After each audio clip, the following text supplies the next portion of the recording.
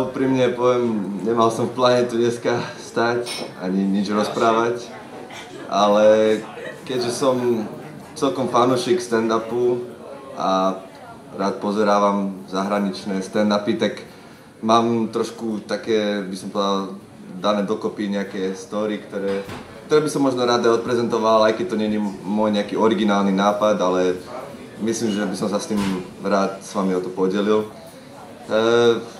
Išiel som minulé autom, šoferoval som na diaľnici a zrazu zvoní mi telefón, tak neznáme číslo, hovorím si, tak zdvihnem, uvidíme, čo to bude.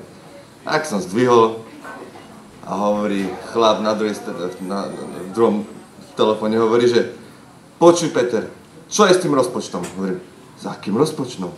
Povedal som si, trošku sa s tým pohrám, nie? Hovorím, vieš čo, neviem, spýtal si sa Nancy? Nancy o tom nič nevie. Však spýtaj sa jej, zavolaj mi naspäť. Chlapec položil, hovorím si, dobre, nebudeme to riešiť. Za 5 minút zrazu mi zasa zvoní telefón. Pozerám, neznáme číslo.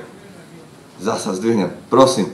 Počuj, Nancy nič nevie o tom rozpočte. Prečo je tam zrazu 10 000 menej, keď tam malo byť 15? Hovorím, neviem, fakt neviem. Počuj, hovoril si o tom s Johnom? Zavolaj Johnovi. Tak, zložil, hovorím si, dobre, nechal som to tak, prišiel som domov, telefón už nezvonil. Pár dní prešlo, už som aj zabudol.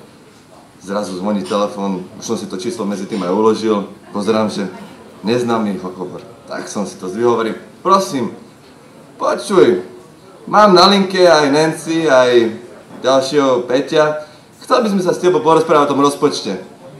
Mi došlo, že ma asi majú, že niečo na tom bude. Tak som si povedal, nedám sa len tak ľahko. Hovorím, no tak, čo sme zistili? No to nám povedz ty. Hovorím, tak, bude s tým rozpočtom niečo alebo nie?